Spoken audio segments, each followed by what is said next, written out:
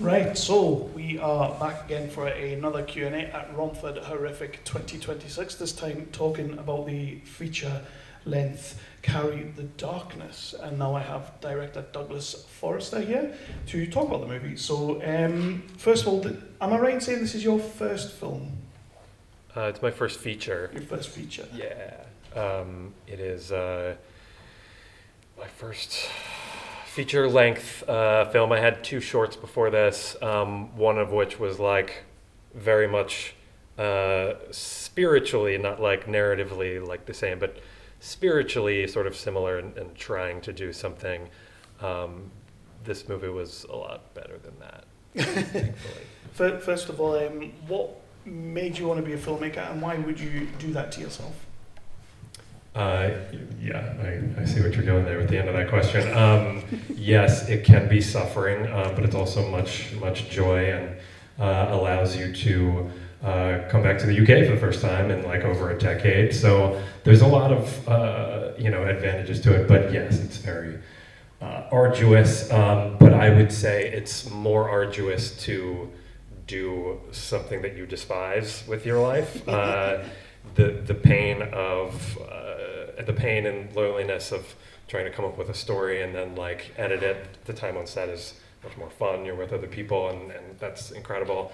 But all of it is worth it because the alternative is much worse. I would say.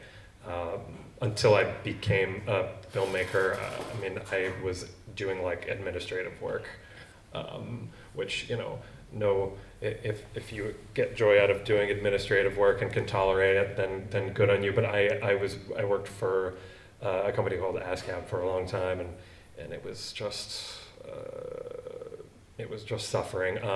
But thankfully, I worked a lot of like remote hours, and the film school that I went to was like 10 blocks away in Manhattan. So I would work like a full day there and then go to film school at night.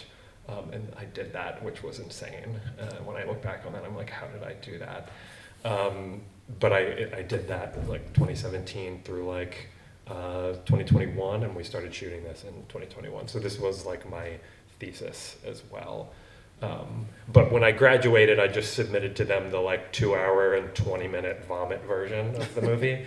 Thankfully, it's a lot tighter and tolerable now.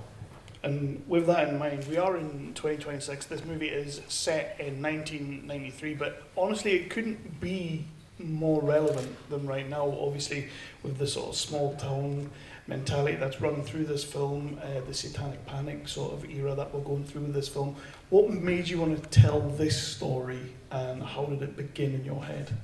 Well, it didn't start with the Satanic Panic stuff. That ended up becoming part of it, and you're right. That was part of my pitch, like how relevant it was when I was developing it, and then it seemingly only becomes more relevant, unfortunately.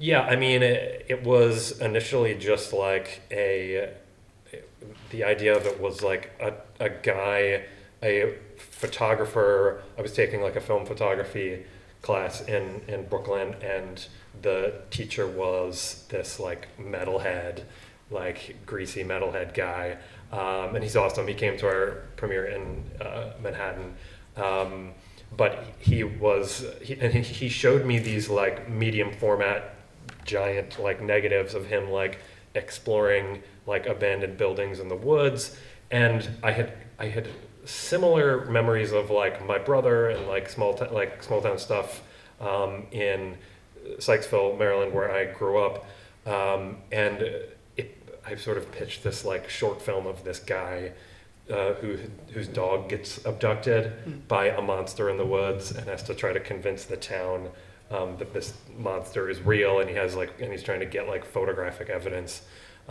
That was the original idea, and it sort of accumulated all this other stuff. And I had seen, so very much inspired by the West Memphis 3 as well, which if you're familiar with that, and like Damien Eccles and Paradise Lost, the like HBO documentary, my brother showed me that like years ago as well. And that sort of became a folded in inspiration, which brought in the Satanic Panic. And I saw Damien Eccles at like a true crime festival in New York City a while ago, and even seeing him like speaking on it, because he spent 18 years like convicted for something that he didn't do, just because of the sort of the depiction that we go with in this movie. And the answers to some of his questions informed like where I went with the story. Actually, like he was asked like if he could change anything about his life and like not spend a decade and a half in prison for something that he didn't do, and he said no. And he had more to say beyond that, but just that answer alone was kind of like, what? But a very, very interesting person, and helped inform what this story was ultimately. And with that, we have Joel Myers, who's somewhat of a revelation as your lead.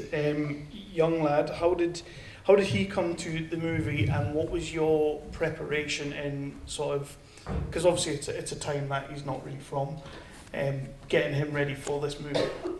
Revelation indeed. I just found him like on Backstage, which if you're not familiar with that, it's like, actors Facebook kind of. He auditioned so well, and we were so lucky to have him and to find him, and he's become such a wonderful friend as well. I showed him I talked to him about like Twin Peaks and the X-Files and like Paradise Lost as well, and Damien Eccles and the West Memphis 3, and kind of, but I was not like looking for him to like distinctively embody anything specifically, just sort of the sort of basic elements of the character, he carries, I think, very lightly and subtly this sort of dark like emo kid energy a little bit, a revelation indeed. I mean, he spent 2 years on Broadway after we finished shooting. He was from 2022 to 2024. He was in Harry Potter and the Cursed Child on Broadway, and he was the titular Cursed Child in that show for 2 years. Yeah. What's maybe, it could be like the biggest challenge that you had while making this, but what's the one thing that you feel you've maybe learned about filmmaking and more so about yourself that you'll take from this project? I guess primarily just through editing. I mean, you are able to kind of see like what you can be more definitive about next time. And I do have, among other things, a sequel in mind for this movie set in like 2023 that is 30 years later. And as you were sort of commenting on the sort of relevance of it, and I think these things are cyclical too. I mean, I'm not that old, but when you hit the age of 30, you kind of notice things that are like how cyclical things can be in like culture and stuff, and so I feel like it can be relevant in that way.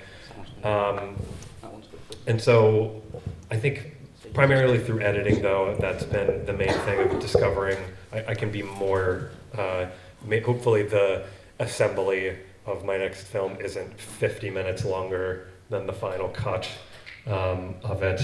But I am very grateful the audience here laughed at, it only took 10 screenings for someone to finally laugh at something. The humor played pretty well, but the kids hiding behind the tree, and like when they go to the drug dealer, that like took forever for me to like try to make it funny, and finally you guys laughed at it. So thank you very much for that. You just needed a British audience, really. I guess so. So I'm going to throw out to the audience. Do we have any questions? I've got one. Go for it.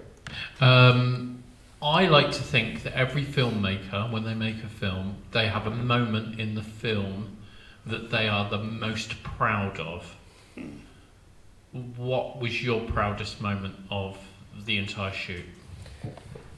That's a pretty easy answer, and it was from the day that we shot it until all the way till now still, the like campfire scene between him and his mother. I mean, It was just the first time I was ever directing something, and like in the moment looking at the monitor and like working with the actors felt like I had tapped into the human experience in some tangible way, and it was just the first time in the moment I really felt that. So yeah, that's definitely. Thank you very much. Do we have any questions out here? Don't be scared, people. Hang on. Go on in the middle there. Yep, I'm on my way.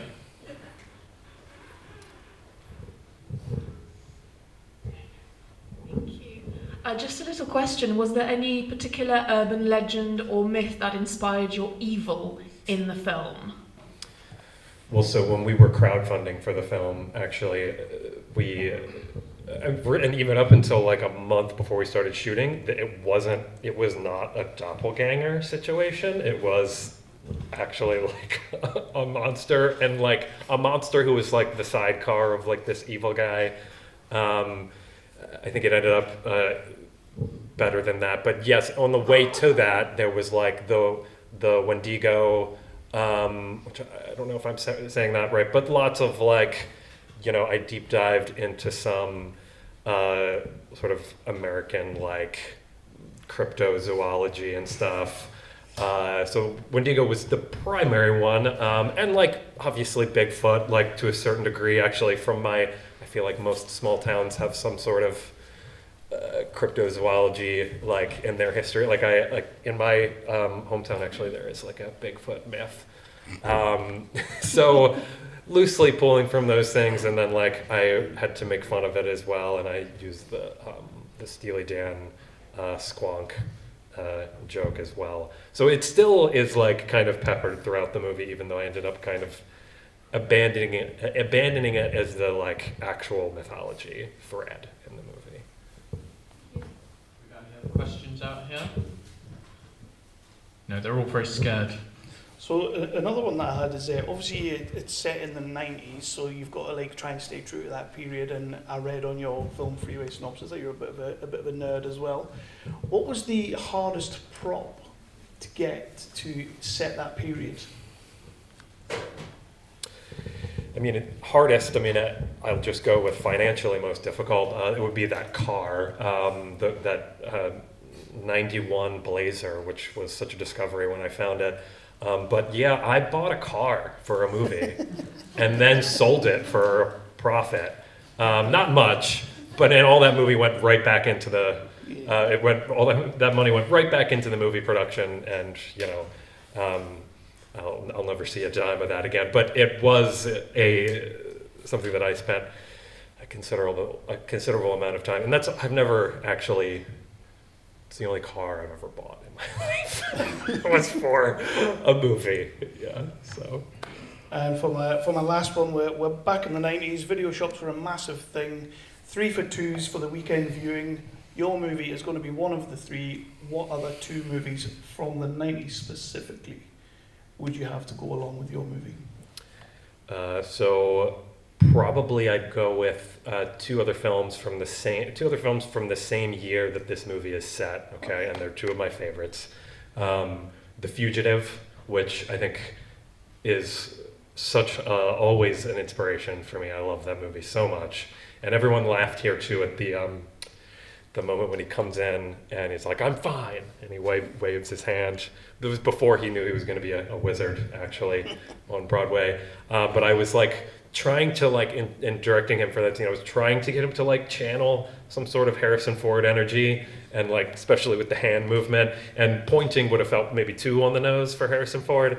But that was kind of the inspiration for that. And the other being The Firm, which just I love like paranoid thrillers, especially the wrongfully accused subgenre. Excellent. Well, Douglas. Can I ask you a question, please? Yep, go for it. Hang on, I'm coming with the microphone. Thank you. Well, first, me and my daughter both enjoyed the film. Thank you so much. And for the policeman, the lead detective, some of his acting seemed ad-libbed. Was that true? God, it's been so long at this point that I have lost memory of what was actually written and what was like in the moment. The thing that most people laugh at is the "don't touch me" thing. That's the I one. don't even remember. I don't even know if that was because I mean I was, and you can see in like especially shows like Twin Peaks and like some of the small town characters in the X-Files and stuff. I was very much going for like a, you know, Tweedledee and Tweedledum situation with them, just being kind of goofy, and sometimes it worked, and those stayed in the movie, and most of them, a lot of them didn't, and those, you know, those got cut out. It was in the 50 minutes that ended up on the cutting room floor, but glad you enjoyed it. Any interest in releasing the full special edition? It's not better. It's not. I don't think there will be a director's cut. This is the director's cut. This you have the last. We did have to because we do have distribution. We will be like sometime, hopefully very soon. I'll be announcing like with my distributor when and where it will end up on, you know, streaming and whatnot. And there will be like a Blu-ray release and a soundtrack release, which I'm really excited for. Our composer, Travis Bacon, son of Kevin and Kira. Just drop that name there. Yeah. Well, I mean, totally. I knew him. I met him from like through a friend that I went to college with, and the guy that I met him through like works at NBC and is doing a lot of the like Olympics like sound work. They pay him well. I didn't. At least somebody is, thankfully. He's very talented. He did great work, but yeah, I don't think so. But this version is still. This is actually like 30 seconds longer. What you guys saw, and I had to swap out some of the songs. We didn't get like home video and streaming licensing for like the song and the title credits, so we had to swap it out for a different song. And I cut out like 30 seconds more even from the last screening. I mean, the first screening that we ever did was at a great festival called Nevermore in North Carolina, and it was like 3 minutes longer, and I felt the room. There was just a sequence in the movie where I just felt everyone kind of shift their weight in the auditorium, and so that's how I knew that it had to go. But yeah, guys, thank you so much. I hope that you guys enjoyed it. Please, you know, follow where the movie is. You can find it on social media and everything. Carry the Darkness, carrythedarkness.com. Log and review it. Well, if you give it 3 stars on Letterboxd, then you can review it as well. Otherwise, just log it. Yeah, thank you guys so much. Well, no, thank you for submitting the movie to us. Thank you for being here today, all the way from America, which is absolutely amazing for you to be here. Thank you for letting us screen it, and thank you everyone for watching it. So a little bit more. I'll be around. Thank you guys. I'll be around. I'm around, so come talk.